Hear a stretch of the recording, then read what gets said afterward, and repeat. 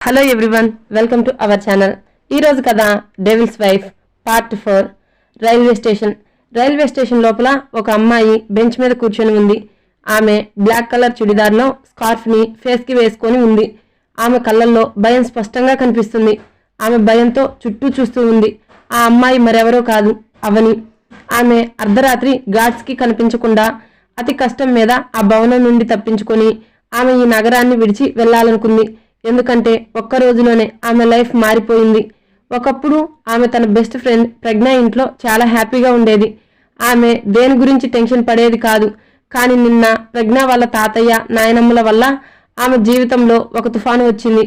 ఆమె ఆ ముగ్గురిని ఎవరిని పెళ్లి చేసుకోవాలనుకోలేదు. అందుకే రాత్రి ఆ ఇంట్లో నుండి పారిపోయింది. కానీ పారిపోయిన తర్వాత ఎక్కడికి వెళ్లాలో ఆమెకు తెలియలేదు.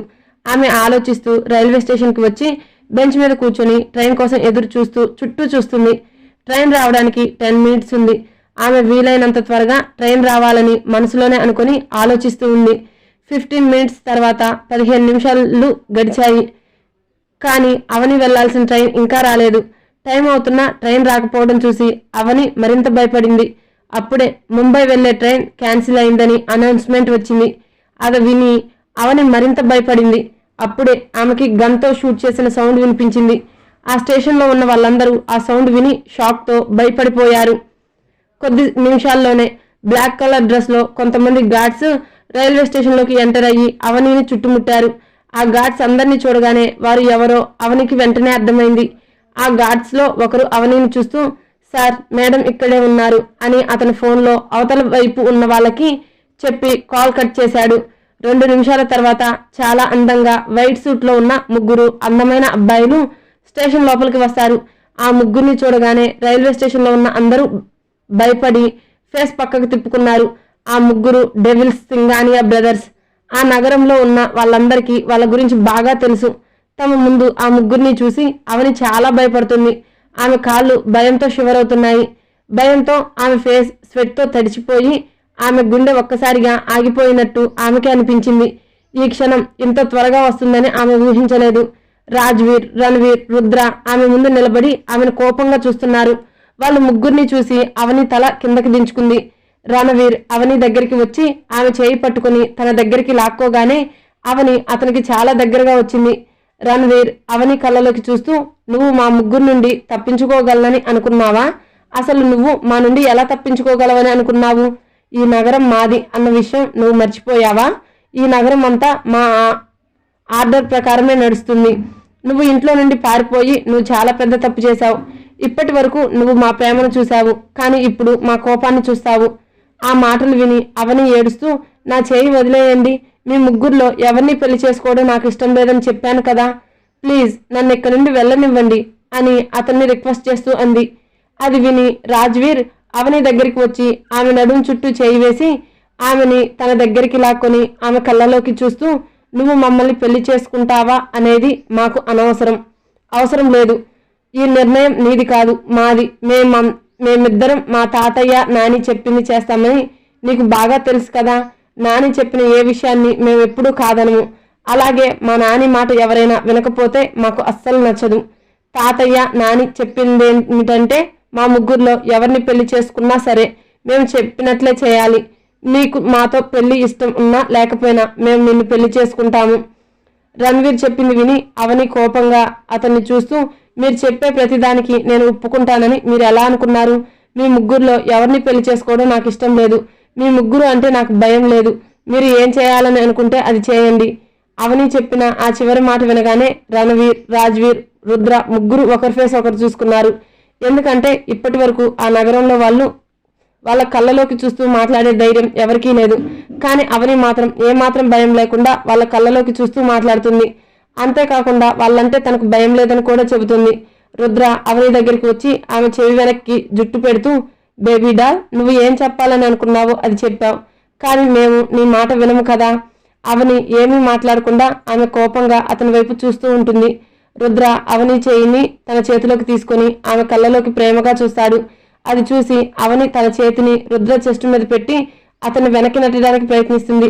కానీ అతను కొంచెం కూడా కదలడు. రుద్ర మౌనంగా ఆమెను చూస్తున్నాడు.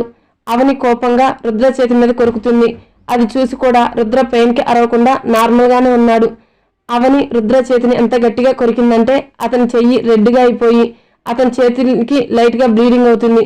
అవును, అవనిని ఫస్ట్ టైం తనకి అంత దగ్గరగా చూసి మనసులో హ్యాపీగా ఫీల్ అవుతూ నవ్వుకుంటూ ఉన్నాడు.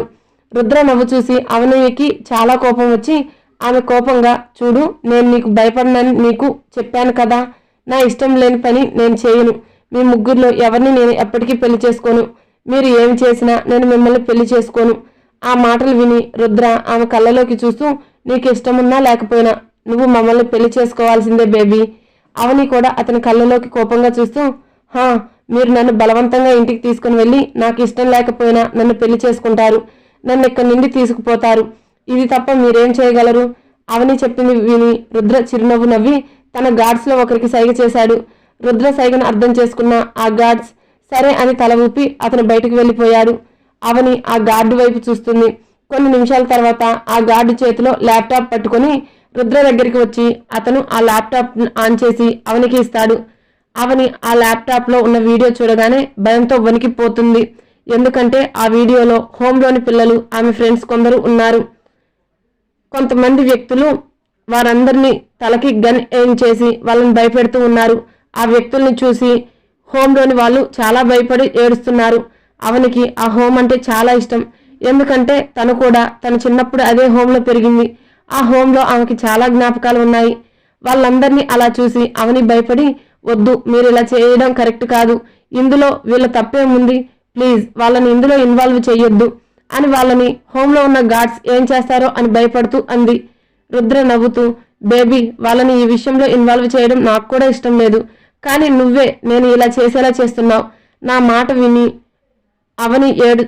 విని అవని ఏడుస్తూ అతని చెస్ట్ మీద కొడుతుంది. అంత నిస్సహాయంగా ఆమె ఇంతకు ముందెప్పుడు ఫీల్ అవ్వలేదు. అవని ఏడుపు చూసి రుద్ర ఆమె 2 చేతులు పట్టుకుని ఆమెను వెనక్కి తిప్పుతాడు. అవని ఏడుస్తూ తన తలని అతని చెస్ట్ మీద పెట్టి ఏడుస్తుంది. చాలాసేపటి నుండి ఏడుస్తూ ఉండడంతో ఆమె కళ్ళు రెడ్డుగా అయిపోయాయి. ఆమె కన్నీళ్లు రుద్ర షర్ట్ని తడిపేస్తుంది. అవని ఏడవడం రుద్రకి నచ్చలేదు. ఎందుకంటే అతను ఆమెను ప్రేమించాడు. అందుకే అవని కళ్ళు కూడా కన్నీళ్లతో నిండిపోయి అతని కళ్ళు కూడా కన్నీళ్లతో నిండిపోయాయి. తన అన్నయ్యలను చూసి రుద్ర సైడ్కి తిరిగి కన్నీళ్లు తుడుచుకొని అవనిని బాధ పెడుతున్నందుకు తనకి కూడా లోపల చాలా బాధగా ఉన్నా అవని తనకి ఎక్కడ దూరం అయిపోతుందో అని భయపడి అతని ఫేస్ సీరియస్గా పెట్టుకొని అతని వైపు చూశాడు. రణవీర్ అవని చేయి పట్టుకొని తన దగ్గరికి లాక్కొని ఆమెను ఎత్తుకొని కోపంగా, డ్రామా చేసింది చాలు, ఇక్కడి నుండి వెళ్ళిపోదాం, ఎందుకంటే పెళ్లి అరేంజ్మెంట్స్ కంప్లీట్ అయ్యాయి, పద పెళ్లి చేసుకుందాం అని చెప్పి అతను ఆమెను అక్కడి నుండి తీసుకువెళ్లాడు. రాజ్వీర్, రుద్ర కూడా అతనితో పాటు అతని వెనకే వెళ్లారు. వారిని ఫాలో అవుతూ గార్డ్స్ అందరూ కూడా అక్కడి నుండి వెళ్ళిపోయారు. To be continued. Please subscribe to my channel. Thank you.